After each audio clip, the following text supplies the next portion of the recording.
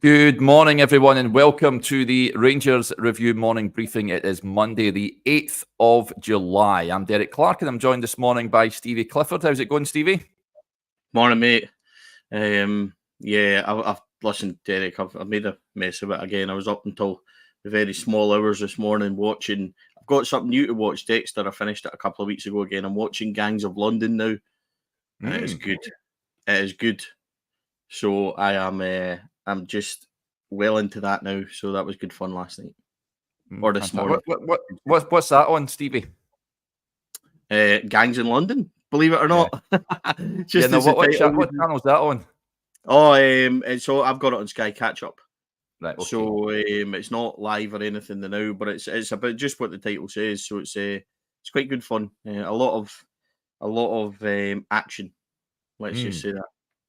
There you go. So, hearty recommendation there for Gangs of London. Folks might check it out myself. Before we talk all things Rangers, just a quick word for our podcast sponsors. As ever, the MPH Boilers. If you're looking for a winning heating solution for your home, then these are the guys to go to. They're a family-run business serving all of mainland Scotland, and they bring the best in boiler installations and servicing. The all-important link is in the description below. Do go and check them out, folks, if your boiler is on the blink. Right, you can see the title of today's video. Before we get stuck into any sort of transfer news over the weekend, off-pitch.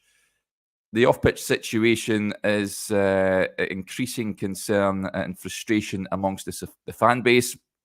Reports this morning there are fears that Rangers could be out of Ibrox until October. Discussions taking place, of course, with SFA chiefs about the use of Hampden in the meantime, while the Copeland Road stand works are carried out.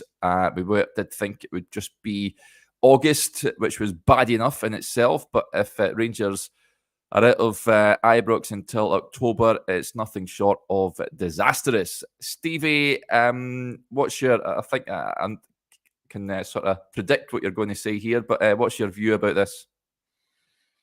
I'm going to try and use my words very carefully. What I would say, Derek, is immediately there's a vacuum here, so it's allowing people to fill it with whatever agendas and whatever stories they want. That has to be stopped immediately. Rangers Football Club and John Bennett in particular must come out and talk to the supporters as a matter of absolute priority. As in yesterday, as in last week, it should have been done. But it has to be done immediately. And I think that's priority one, Derek. Update the fans. Give them the absolute truth, no matter how bad it is.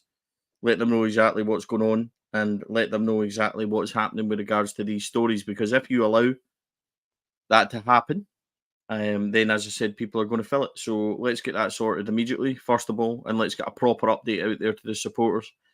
Second of all, Derek, if this creeps into September, October time and all this nonsense, then quite frankly, it's embarrassing. And I don't wash this narrative at the moment of blame James Bisgrove for everything. I think that's a very convenient lightning rod now that he's out the door. Facts of the matter is the chairman oversees everything. And at the moment, he needs to come out and talk to the fans. So I'm not having it, to be honest. I'm not really happy about the situation at all. It is a shambles, and it just seems to me that everything that we touch, Derek, with regards to whatever build it is just a mess, and we can never really do it on time. We can never really do it on purpose, and it just reeks of amateur hour from top to bottom. So I'm trying to keep myself together during this, but it's hard not to be really angry about the situation. I think as supporters as well, we're pretty tolerant to the point where you can accept a couple of weeks, you can accept, a wee bit. But Rangers have been very vague in the information they've given out to the supporters. And when that happens, the supporters will go along with it. But tolerance only lasts for so long, Derek. And I think every supporter now is at the point where they're a bit upset and a bit miffed at what's going on. And then there'll be a few that are certainly a bit angry. So Rangers have got to be very careful about testing the loyalty of this fan base, because at the moment, we're not exactly the most patient, and we need to be given proper disclosure on what's going on, Derek. So speak to the fans as a matter of urgency. Get it sorted immediately today. Use the outlets that you've got. Use the people that are friendly. Do whatever you want to do, but get it out there. Bennett needs to directly address the fan base on Rangers Telly, on the website, on whatever. Do it immediately and get this out there in the open. I can understand they might not want to say where we're going to play or whatever if it's not set on stone. That's fine, but directly address this issue. Otherwise, you're going to get rumours of September, October, November, whatever. It's just spiraling, and it needs to be addressed immediately. Yeah, I think we all know there's delays going on at this moment in time with materials for a lot of companies in the UK and the likes ordering stuff from the Far East and Asia, and Rangers, unfortunately, part of that as well. Like you say, Steve, I think if before the work began, if they were clear that there's likely to be a delay and they've looked at playing away from Ibrox, and if they laid that out before work started, and I think the fans would be pretty understandable of the situation. The fact it's just been sort of flung upon them and no real explanation, or I've seen many supporters saying, where is the apology? Don't feel that there's been an apology from those at the club about the current situation. So yeah, like you, I think it's high time. I think by all accounts we should hear something more concrete this week as to where Rangers are going to play, and I think it will be advisable for the hierarchy to speak to the fans, because I've said it in many shows now. A lot of fans have been inconvenienced here, whether it's at Hampden or Murrayfield or wherever. It really is a poor state of play. Unfortunately, there's huge matches. We've already said this before, both domestically and in Europe as well. Rangers are going to have to play those two Champions League qualifiers away from Ibrox. The games against Motherwell and Ross County at the start of the season, of course, away from Ibrox. I'll have to look at the fixtures to see what other games, if Rangers are out of Ibrox after August, what matches will have to be rescheduled as well. But not good whatsoever. And it really, I mean, you think about Philip Clement as well, Stevie. He can't be too happy with the situation as well. I mean, you want your fan, we all know how powerful Ibrox can be with the fan base behind you, especially for these European matches. I can't imagine Clement's too happy with it all. I'm not sure he will be, but I'll just go back to a couple of points you made there, Derek. There's a point you made right at the start of that where you said that we could be understanding if we knew that there was going to be delayed before the works start. If the works are going to start and you've not got the material there and everything else, just don't start them. I don't think that's too difficult, from a point of view of a simple fan like myself, just wondering, you don't build your house if you've not got the bricks. So that may be a simplistic way to look at it, but I don't really understand why you would plough on if these things weren't sorted. So that's the first thing I would say to you. I think, second of all, with regards to Philip Clement, and we're facing a pretty hell of a turnover in players and everything else, which, we have to deal with, we have to sort, and it's not going to make it any more easier with all this going on. So Champions League qualifiers are absolutely vital. Rangers need to be really careful because they go away at Hearts and they go away at Celtic in the first month, and they've got Champions League qualifiers. By the end of August, this could be great, fantastic. But there's the other side of it, which is a real concern. And if that does happen and you're still locked out the stadium and you've still got all this going on, they could have a very unhappy fan base in front of them, Derek. And Rangers, and John Bennett needs to be very careful because tolerance levels, if that were to happen, would be extremely low on his chairmanship. And, I think that that's something that needs to be a concern. I understand that things happen, and delays happen. It's happening everywhere. I get all that.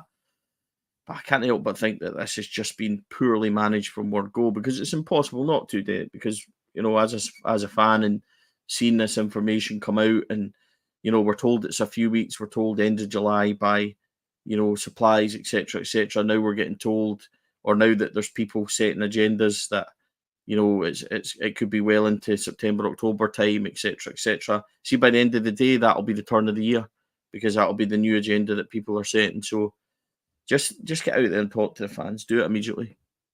John Bennett needs to discuss it with the fans and just talk about it. Everything that we discussed this morning with regard to the stadium is going to come back to the football club, speaking to the supporters. It needs to be done as a matter of priority.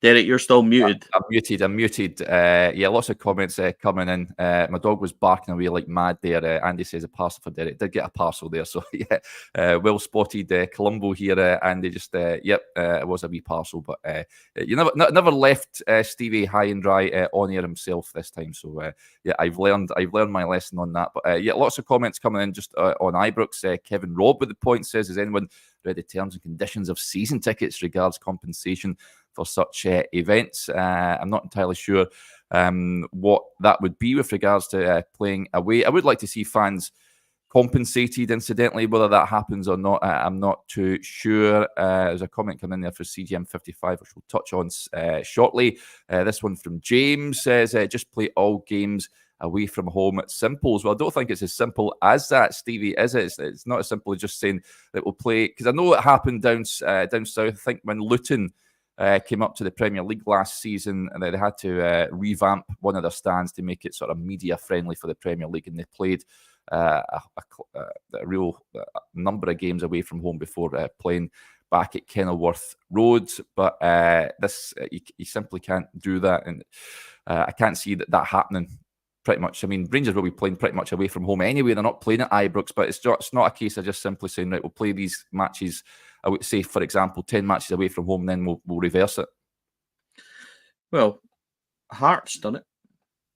So Hearts had a real mix-up with their stadium, didn't they? And I think of the first 9 games, they only played 1 at home as such. Right? So there is a precedent here for this. I would need to go and tell you what year that was. But I'm pretty sure that that's what happened with them. So I think the precedent is here, but it comes to a lack of organisation and things again. Like, you know, it's just, Derek, listen, it's really difficult not to portray what I'm saying at the moment without going too heavy, because it's just such a frustrating situation. I do think James has got a point when, you know, if it gets to this stage and, you know, it looks like we're scrambling about in the background, looking for solutions and all that. And as a top flight football club, and, you know, John Bennett and you know, he's forever haunted by the best in class comments and stuff like that. But this is hardly best in class, is it?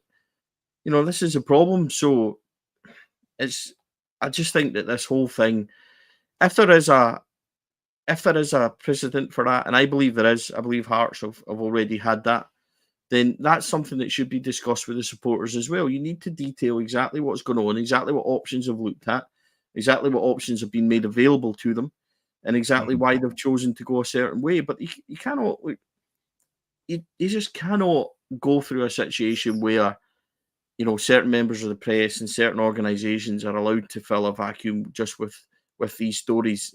It's just, it doesn't wash with me, Derek, and I'm pretty fed up with this situation as it is. I've been pretty tolerant, I've been pretty understanding in that, you know, trying to say, well, these things happen and everybody's going through these type of things and all that. But see, the bottom line is we should never have started this project if there was a danger of it going this way. We should never start it at all. Just put it back for a year and say, look, these are the reasons why we can't do it. So we're going to have absolutely everything there sitting ready to go, so that next summer, when we do have a 10-week window, we'll absolutely smash it in that time, because everyone's here and we know what we're doing. That would have been the sensible thing to do. Just to be in this situation, Derek, I'm sorry, it's becoming increasingly frustrating to offer any sort of defence for anybody at Rangers regarding this. Mark, just on when Hearts played away, the 17-18 season under Murty. I remember Rangers played Hearts away at Murrayfield. James Skeen with the point just on the board says it's the communication from the club that's the worst part of this situation, and playing away from home. King Charles Spaniel says he would need the agreement from other clubs to play away. Absolutely, Rangers would.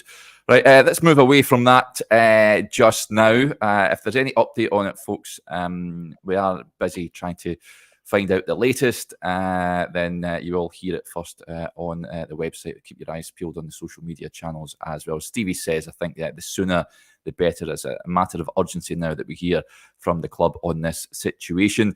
Rangers, of course, have flew out to Holland for their pre-season training camp. Chris is heading out for us tomorrow as well.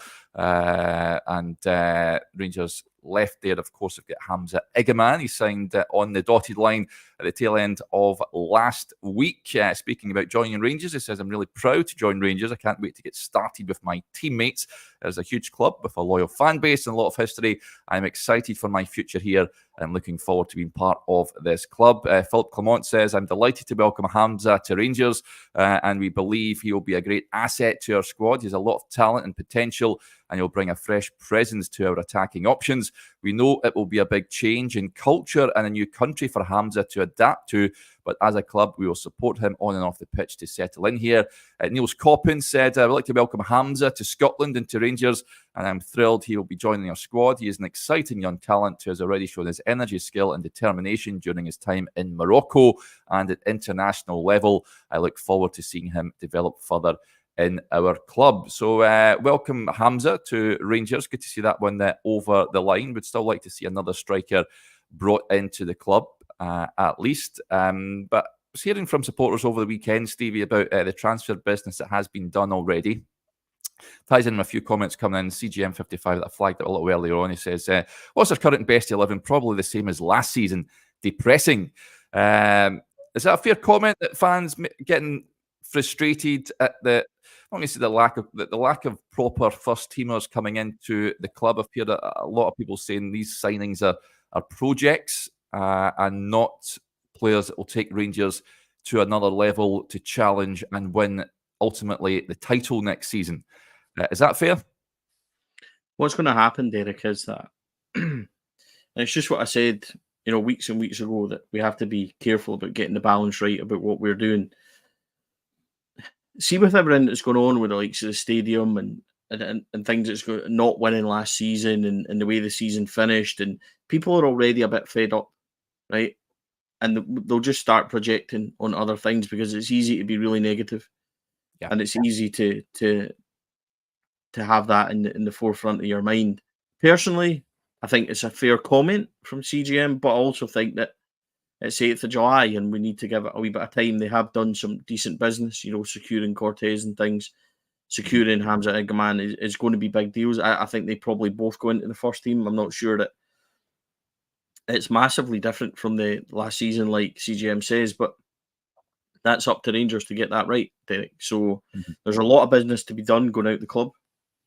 Because that hasn't happened yet, I think there's frustration from that as well. And I think, when you chuck in other things that are going on, that I think it's really easy to be, a bit kind of miffed and annoyed about the whole situation. So I think that's about managing, people's expectations and managing what we're going to do. It wouldn't hurt to hear from Philip Clement when he's out in Holland and give us a kind of update on where he thinks the squad's at and what situation he think, where we are. Personally, I still think there's a dozen deals still to be done. It's only my opinion. I think 6 out and 6 in or thereabouts will be what's still to be done. And it's certainly what I would think is still to be done if we were to constitute this as being a good window. I've said now for a while that first team quality is needed. I think that's fair. I think when you look at centre back, number 6, number 10, a winger, definitely a striker as well. If Cyril Dessers goes, I think there's room for plenty more business. So that might go deep into the window because, if you look at the likes of Viessmann and stuff like that, Chris Jack said before that, that might be a late addition. So we might have to wait for a few of them. That's fine. But I think it's vitally important that we see some proper movement in the next couple of weeks. I think that's fair, and it's difficult, Derek. First of all, I'm a supporter like everybody else, and it's hard not to be fed up this morning and see headlines and see stories and see your social medias getting flooded by people asking what's going on, and Stevie, you've got to do this, and Stevie, you've got to speak to the club and everything else, and blah, blah, blah. I'm in the same position as everybody else, and it kind of breeds a bit of frustration when it comes to not only signings, but stadium and everything else. So it's a frustrating one for me this morning, Derek. I'm trying to be balanced and not lose sight of the overall kind of project that needs to be, that this is always going to be a massive summer in terms of incoming, outcoming, and there's still so much more to go. So not to be lulled into a situation where everything at the football club is terrible and everything is rotten. So we just need to wait. I know it's difficult. We need to show some patience with regards to the transfers, both in and out of the club, and see what happens in the coming weeks. I think if we're in this situation at the end of July and we're starting competitive football, and this is a position, I would say that CJM's got a fair point with regards to the 11, but I still think there's massive amounts of business to be done. Yeah, when you mentioned the number 6, Stevie, sort of ties in with your piece on the website yesterday. Created quite a debate. It's fair to say on the need for a number 6, and you mentioned will he, won't he saga that's turned into the Kenny McLean situation, whether he'll join Rangers or not. But a player of that ilk, do you think that is what Rangers need for next season? If you've got a midfield of Barron, Diamande, Raskin, and who's the other one? Who have I forgotten there? That's it, isn't it? Well, it would be Barron, Raskin, Diamande at the moment. You're talking about Kenny McLean coming in there as well. So, and then you would have Dujon Sterling and possibly Cole McKinnon making up. That was the basis of the article. And the question yesterday was whether or not Kenny McLean could be, is he good enough? And I was more asking the question because I think every one of us would probably say that Kenny McLean's a good addition. But the question is different when you say, is Kenny McLean good addition for our first 11, Derek? Mm-hmm. And that's when it changes absolutely completely, because Kenny McLean had very good stats yesterday, which I put in the article, and very good kind of numbers, which you can read, 6 ball recoveries per game, the highest in the championship. Shows you that he can be that kind of number 6 that goes and gathers the ball, dictates play, and then gets it back to the better players. So we understand all that, but it's different when you go Kenny McLean playing week in, week out and being your top central midfielder. I think that changes the question quite a bit, Derek. So that was what yesterday was. It did provoke a wee bit of discussion, which is good. That's the whole point in the article. I had slight words with Chris yesterday morning about the way it was worded, and Stevie thinks he could be the missing piece of the jigsaw. That's not what I said in the slightest. So that can get you into trouble, and got me a bit of pelters yesterday morning on social media. I asked a question about whether or not he could be, and I think that's really important. Myself, personally, I like Kenny McLean. I've said it for a number of weeks. I think he could be a decent addition, but the question is entirely different when you go from Kenny McLean as being part of your squad to Kenny McLean being a starter week in, week out. So, I think we were all in love with the Damien Garcia rumour quite a bit. I think that all tickled our fancy, and we all liked the sound of that one, and we all liked the look of that one. So, and of course, he's got a fancy foreign name and things, doesn't he? So he's of that right profile, he's the right age and everything else. Kenny McLean's 32. And, he's... The question is, would he be good enough week in, week out? So it's one, I think Kenny McLean is one that's going to be rumoured and rumble on. So let's just see where that brings us and takes us, and what happens next with that one. But it was certainly an interesting debate. You do get the ones that say absolutely flat out no, and the others that are intrigued a wee bit by the possibility. I would just say, Derek, that I think that the narrative of the story changes for me when you ask him to be week in, week out our number 6. If you ask him to be part of the squad, I think I would be much into that a lot quicker and a lot easier. So there's a lot of work there to be done before I'll be convinced that he's the top midfield signing we need. I think that's fair. Yeah. Like you said, I think a couple of weeks ago, Steve, it has to be a deal that works for Rangers more than anything else. He's a player that, of course, 32 years of age. He's not someone you're going to sell on and make money on. So, he's on a lucrative deal at Norwich City. So, whether Rangers can match that, it remains to be seen. Love this. Robert gets in touch. He says, morning team from a sunny Tenerife, just tuning in live at breakfast. Wife growling at me in the background. Get her on if she's not aware of the show, Robert. I'm sure she'll be a big fan if you introduce her to to the Rangers Review morning briefings. But good to have you tuning in on this Monday morning, and slightly jealous, I've got to say, that you're there in Tenerife. Been to Tenerife before, Stevie? Yeah. Boys trip. Less said about that, the better. Move on quickly. Please. Yeah, that's it. Move swiftly on then. Other news over the weekend. I mean, a potential departure, Stevie, is Yanis Hadji. His agent has come out in the press over the weekend about his potential future. He says, I would spend money from me and my brother to find something for Yanis. He is an impresario who is very good to me. He has a contract with Rangers, and I think he will start training with them. I hope that the coach will continue to consider him as part of the first team squad. So Hadji's agent has said that he'd be willing to dip into his own pocket to find him a move if Rangers deem him surplus to requirements. This is Giovanni Bicali. We've discussed Hadji at length on various shows before, Stevie. I would be surprised that... Listen, I think it would be... Clement should run the rule over him over pre-season. But I don't know if he fits into the sort of style of player that he's looking to adopt at Rangers. Derek, I'm quite agitated this morning, as you may have noticed when we're discussing various things. So my answer to Yanis Hadji is going to be a bit blunt and a bit short, and it's probably due to a lack of patience with a lot of other things. But Yanis Hadji's won a number that need to be moved on from the club. Yeah. And I think, you know, he's definitely not the only one, but I don't think he's got a future at Rangers. It would take a big upturn and change over pre-season for that to happen.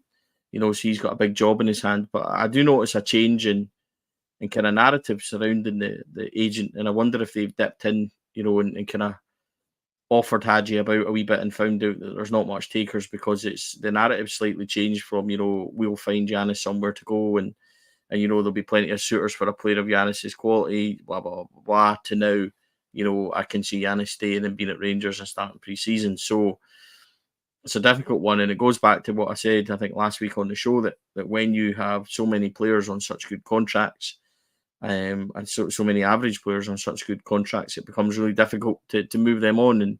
And I think Yanis Hadji will just be one of a number. I don't think it suits Rangers to put him out on loan again. You know, I think we need to try and make some money back, wherever that is. I'd really wanted and expected us to be able to get 3-4 million for Yanis Hadji on his name alone. Mm-hmm. But that doesn't look like it's massively positive either. So, you know, bluntly, Yanis Hadji needs to move on for Rangers, just for our sake as much as his own. And I think his possible window to succeed at Rangers is maybe gone as well, Derek. So it's one like half a dozen others that, you know, you would need to look at. And it is a wee bit frustrating that we've not seen real action with regards to players going out the door. So yeah, maybe we're waiting for the Saudi window to open on the 17th so we can just put everybody out there. So that would be nice. But in all seriousness, I think, you know, bluntly, I think Yanis Hadji, his time at Rangers is most likely over, unless, you know, there's a complete change, or unless, you know, there's things that we don't know about, and unless he does come in and create that kind of form that we did see a couple of years ago prior to his really bad injury that he got and things like that. So, yeah, I just think that possibly his time has come and gone, Derek, in all honesty. Yeah, I wish Birmingham City would hurry up and bid 30 million for Connor Goldson as well, Steve. We are waiting on that mega money move from... it was quite funny when the boy said that I don't think it'll be any more than 25 to 30 million. Yeah, it definitely won't be any more than 25 to 30 million. It'll probably most likely be 24.5 million less than that. So, yeah, I did think that was quite funny. A good way to get clicks and attention on your station, that's for sure. Yeah, well, he used to be the CEO of Villa in Aberdeen. Rangers looking for a CEO. If he's valuing players, Connor Goldson, at £30+ million, then maybe he should be a shoe-in for the job. But anyway, we digress. Let's move on. Just one more point that sort of spotted here from Dave, just on players that will be heading out the door. He says, what's happening with Lammers? Gone a bit quieter on him. There are clubs, I think it was 2 clubs, last counting, that were keen on signing Sam Lammers. £2.5 million, Steve. I think I asked you this last week. I'd be wanting more, I've got to say, given what he did with Utrecht, but he's another one Rangers need off the wage bill and they need to bring a bit of cash in for him. It simply hasn't worked. I think I've never seen him with the squad jetting out to Holland. I would assume he's there. I think he played in the B team game, didn't he, recently at the tail end of last week? But Lammers, has to go. I would like to see Rangers bring. You just mentioned there about a Hadji fee. I'd be looking for £3-4 million for Sam Lammers. Whether Rangers get that or not remains to be seen. Sam Lammers has been training with the B team since the teams came back at the start of last week. So there's no sign of Sam Lammers. I think, it's fair to say that he's been told this time at Rangers is over. Yeah. As for fee coming in, I think this is where it becomes really problematic because, Rangers are pretty desperate to get rid of players. I don't think that's a stretch. I don't think that's unfair to say. We're not difficult to deal with. And I think the problem then becomes that teams that would maybe look at Sam Lammers and look at the season he had in Holland and things like that last season, and he might be worth £4 or £5 million. I think certainly the frustration from my point of view is if we were buying Sam Lammers from Holland after that kind of season, we'd be paying, quite a lot of money for him, more than what we are looking to sell him. But the issue is that everybody knows that we're desperate to get bodies out the door, and that probably doesn't help us. But Sam Lammers, he's just another one that, like half a dozen more and possibly more than that need to go out the door. So, there was all sorts of stories over the weekend. Cyril Desser's not going to Holland. Cyril Desser's 2 bids in for him. Blah, blah, blah. Cyril Desser's is on the plane to Holland. So I just need to wait and see what's happened. There's a lot of stories, Derek. There's a lot of people out there desperate to be, first and everything else. And let's just wait and see. It's a bit tiring when you get rumour after rumour and you think, right, okay, somebody's finally going. Let's see if this starts the kind of wheels in motion and maybe get a few out, maybe get a few in, etc. And then it turns out to be completely false. So Sam Lammers is just another one that needs to move on. The question that Dave asked, the answer is that he is still at Rangers. He's training with the B squad. And, as to my knowledge, that he'll most likely play against Blackpool in the next couple of days for the B team as well. So he's certainly not involved in the first, that's for sure. Yeah. Just sort of maintaining his fitness there. There was a few comments saying what's happened. There's a link at a potential player that Rangers are interested in, Liverpool youngster, 19-year-old midfielder Bobby Clark. He's also attracting the attention, I think, of RB Leipzig, reports down south in the Liverpool area, claim that Rangers have also have an interest in the player. One of a number, of course, of players that the club have been reportedly linked with. Got to say, Stevie, not seen him play, I don't think. Don't know anything about him. Young lad, though, 19. Good in Football Manager? Yeah, he actually is.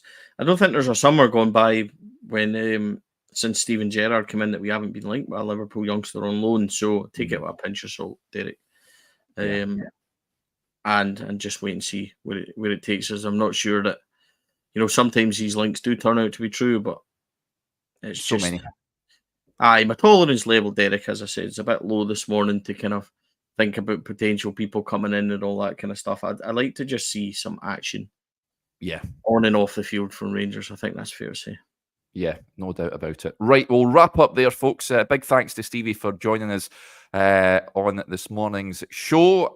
We will be maybe back a little bit later on, folks. We might record a Q&A for those of you that are Rangers Review extra members. We'll see what the workload's like is today. As I mentioned earlier on, Chris flying out to Holland tomorrow, so we're going to have plenty of content coming your way from Rangers pre-season camp. But if we don't speak to you later on, enjoy your Monday, and we'll chat to you again tomorrow. Bye for now.